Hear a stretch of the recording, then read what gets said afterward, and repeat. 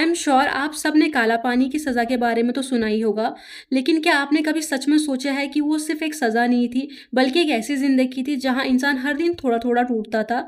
तो आज हम पहुँचे हैं सेल्युलर जेल, जिसे काला पानी के नाम से भी जाना जाता है। ये जगह भारत की सबसे इम्पोर्टेंट हिस्टोरिकल जगहों में से एक है, जहाँ हमारे कई फ्रीडम फाइटर्स को अंग्रेजों द्वारा कैद करके रखा गया था। हाँ, उन्हें सालों तक छोटी-छोटी अंधेरी कोठरियों में अकेले रखा गया। ना उनसे कोई बात करता, ना उन्हें अपने घर वालों से मिलने दिया जाता। उनकी जवानी, उनके सपने, उनकी पूरी जिंदगी सब कुछ यहीं कैद होके रह गया। तो आज हम इस पूरी जगह को एक्सप्लोर करेंगे और कोशिश करेंगे समझने की आखिर हमारे फ्रीडम फाइटर्स ने क्या-क्या सहा होगा। तो hello everyone, welcome to my YouTube channel. ये जेल अंडमान के पोर्ट ब्लेयर में है और एयरपोर्ट से लगभग 5 किलोमीटर के डिस्टेंस पे है। तो आप ऑटो या कैब से 10 या 15 मिनट में यहाँ पहुंच सकते हैं। यहाँ की टाइमिंग सुबह 9 बजे से शाम 5 बजे तक का है। और एंट्री फी की बात करें तो इंडियंस के लिए टिकट करीबन 30 रुपीज पर पर्सन है और फॉरेनर के लिए लगभग 100 रुपीज पर पर्सन का टिकट मिलता है। अगर आप लाइट एंड साउंड शो देखना चाहते हैं तो उसका टिकट आपको ऑनलाइन बुक करना पड़ता है, क्योंकि वो यहाँ ऑफलाइन अवेलेबल नहीं होता। जैसे ही हम अंदर एंटर करते हैं, सबसे पहले एग्जीबिशन हॉल आता है, जहाँ हिस्ट्री, फ्रीडम फाइटर्स और इस जगह से जुड़ी सारी जानकारियां दी गई हैं। हिस्ट्री की बात करें तो यह जेल अंग्रेजों ने 1896 से 1906 के बीच में बनाई थी। यहाँ उन लोगों को रखा जाता था जो अंग्रेजों के खिलाफ आवाज उठाते थे। यहाँ वीर सावरकर जैसे महान क्रांतिकारी भी कैद रहे हैं। एग्जीबिशन हॉल देखने के बाद हम जेल के अंदर की ओर बढ़ते हैं, जहाँ सबसे पहले हमें स्वतंत्रता ज्योति देखने को मिलती है। यह ज्योत हमारे फ्रीडम फाइटर्स के बलिदान और साहस का प्रतीक है। इसे रोज जलाया जाता है ताकि हम कभी ये ना भूलें कि हमें आजादी कितनी मुश्किलों से मिली है। और यहीं पर एक शहीद स्मारक भी बना हुआ है, जो हमारे वीर स्वतंत्रता सेनानियों की कुर्बानियों को समर्पित है। और इसी स्मारक के सामने एक बड़ा सा खुला एरिया देखने को मिलता है, जहाँ पर बैठने के लिए चेयर्स लगी हुई हैं। और यहाँ शाम के टाइम पे लाइट एंड साउंड शो होता है, जहाँ हमारे फ्रीडम फाइटर्स की कहानियां बताई जाती है कि उन्होंने क्या क्या सहा और कैसे हर दर्द को सहकर देश के लिए लड़ते रहे। उसके बाद हम फांसी घर की ओर बढ़ते हैं, लेकिन उससे पहले हम पहुंचते हैं उस जगह पर जहाँ पर हमारे फ्रीडम फाइटर्स पे सबसे ज्यादा अत्याचार किया जाता था।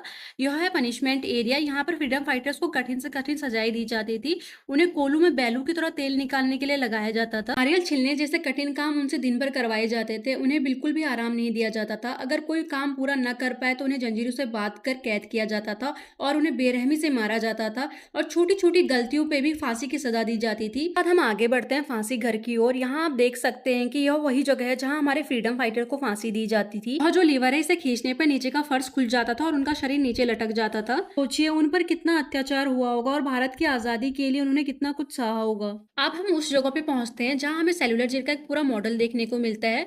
इस मॉडल में दिखाया गया है कि यह जेल कुल 7 विंग्स में बनाई गई थी, जो एक सेंटर टावर से जुड़ी हुई थी। लेकिन समय के साथ अब इनमें से सिर्फ 2 या 3 विंग ही बची हैं। इस पूरी जेल में लगभग 693 सेल्स बनाए गए थे। हर एक सेल में सिर्फ एक ही कैदी रखा जाता था और इन सेल्स को इस तरह बनाया गया था कि कैदी एक दूसरे से बात भी ना कर सके। अभी मैं एक सेल में खड़ी हूँ और सच में बहुत छोटा है, ना ठीक से प्रॉपर हवा आ रही है, ना ही रोशनी है।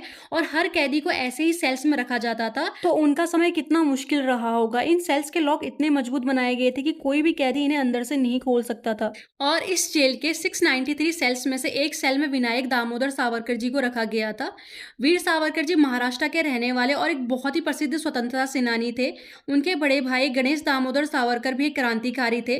दोनों भाइयों को नासिक षड्यंत्र केस में गिरफ्तार किया गया था, क्योंकि उस समय नासिक में अंग्रेजों के खिलाफ बड़ा आंदोलन चल रहा था। सावरकर जी को 2 आजीवन कारावास की सजा दी गई थी, यानी कि कुल मिला के 50 साल की सजा। उन्हें 1910 में गिरफ्तार किया गया और 1911 में सेलुलर जेल लाया गया। यहाँ वे 1911 से 1921 तक का कैद रहे। सेलुलर जेल में उनकी कालकोठरी फांसी घर के बिल्कुल सामने थी, ताकि वहां से आने वाली चीखें उनकी हिम्मत को तोड़ सके। और सबसे बड़ी बात यह थी कि उन्हें डबल डोर सिस्टम वाली कालकोठरी में रखा गया था, ताकि कोई उनसे मिल ना सके और उन्हें पूरी तरह अकेले रखा जा सके।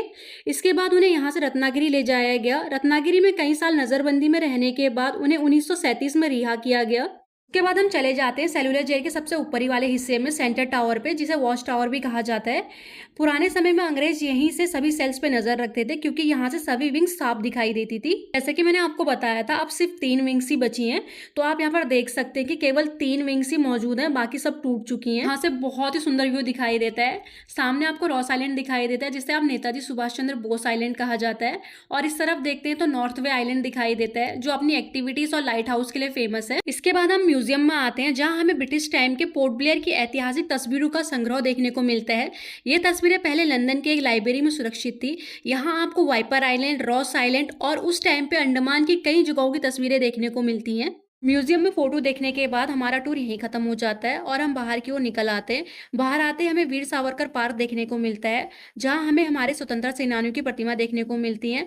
तो आज के इस ब्लॉग में मैं आपको जितनी जानकारी दे सकती थी मैंने उतनी शेयर करने की कोशिश की है। उम्मीद करती हूँ कि आपको वीडियो पसंद आई होगी। अगर आपको वीडियो अच्छी लगी हो तो like, share, comment and channel को सब्सक्राइब जरूर करें। अभी के लिए इतना ही, मिलती हूँ नेक्स्ट ब्लॉग में। बाय।